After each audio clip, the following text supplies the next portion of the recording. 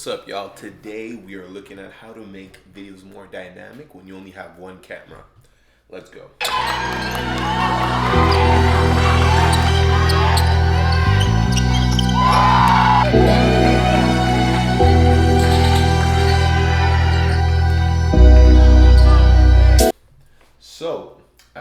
How to make videos more dynamic when you have one camera. So here, last weekend was a crazy weekend where I filmed a few games, back-to-back games, different locations. So I was on the road, filming, vlogging, doing all of that good stuff, and just wondering, I was alone, right? And I had to film these games, and I had to get different angles, a different feel for each game, and I just wanted to share with you guys what you could do when you're alone to make your videos a little bit more dynamic.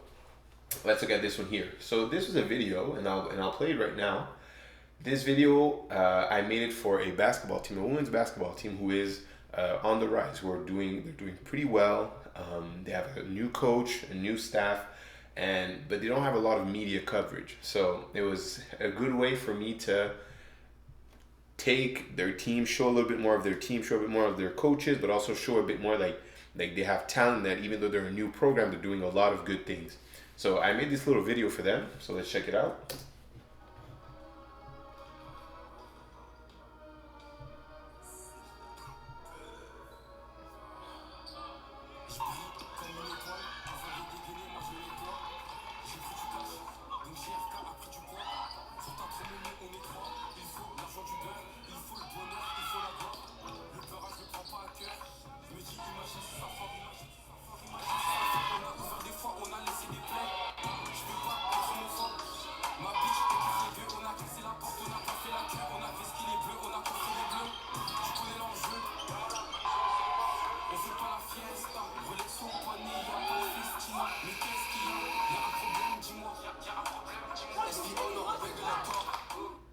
So as you can see, what was really important in this video was getting different angles, different perspectives, and really getting into the action.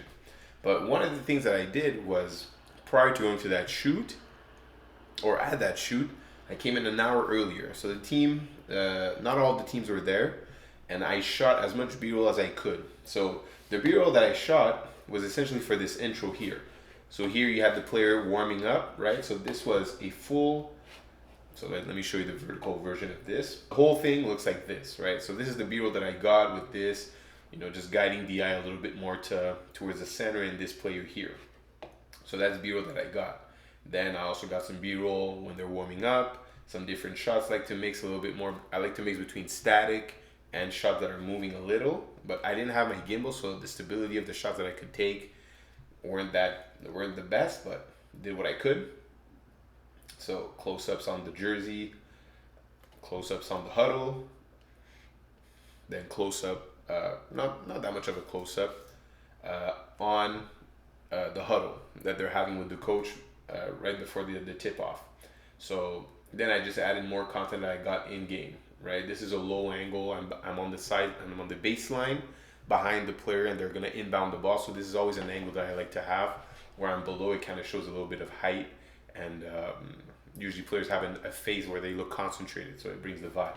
And then after that, it was all about, so now the first part was about getting some B-roll to get a good intro, a little bit more of the storytelling. But then after that, it's really getting different angles. So on the court, just going in different locations, getting different shots.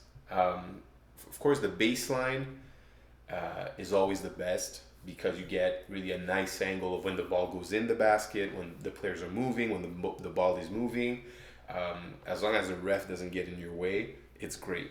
But sometimes I also like to switch it up a bit. So here, this is all baseline action, but then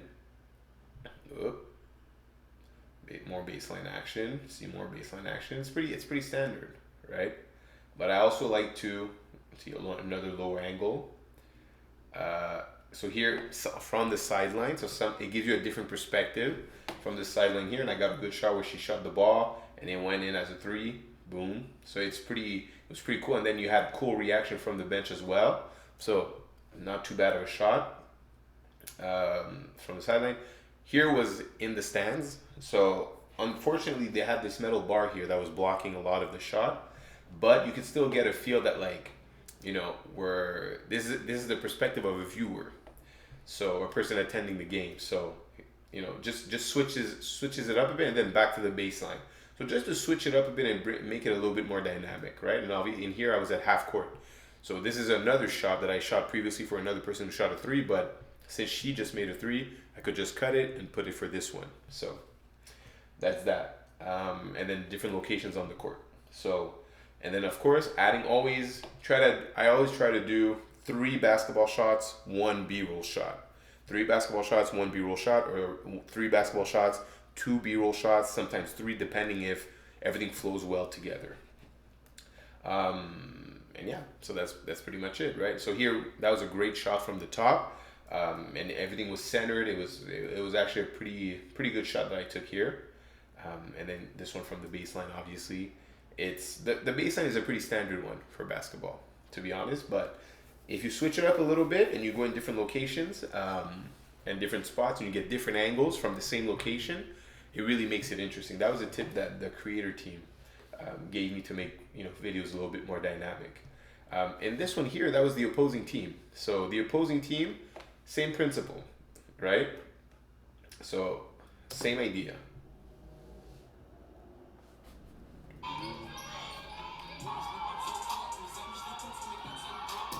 This angle was an angle that I didn't get in the previous one, but it's also an interesting angle. It's just sometimes it's difficult because, you know, you don't see the face of the people, and it's sometimes less appealing. But in this case, it was good because she kind of pushed this player to the side, and I put that in slow motion, and then she was able to go hit a 3. So it was pretty interesting in that sense. So just a different angle. There's different angles. You ever feel like there's multiple cameras on the court?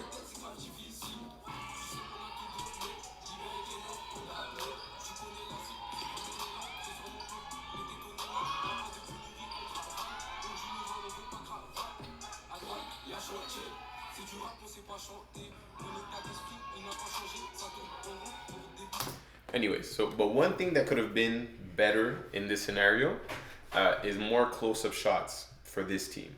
I included a few close-up shots for the previous team, for the blue team, but for this team, more close-up shots would have been interesting because it shows a little bit more emotion, and it cuts from being so wide to then it brings it back to close, you know? Just having that difference in perspective really makes a big difference into telling a better story when you're filming basketball. So that's pretty much it. So guys, 4 things to keep in mind to make videos more dynamic. Audio, know the song. So here I knew the songs already, and that kind of gave the vibe into what I wanted to do. 2, the angles. So try to get multiple angles from the same location, or switch location and get a different angle from the different locations where you're at. And 3, get as much B-roll as you can. Come in a little bit earlier before the game or before whatever event that you have. Get as much B-roll as you can. You never know when you could use that B-roll, and it never hurts to have too much B-roll to cut in between the main action. So I'm gonna see y'all later. Peace.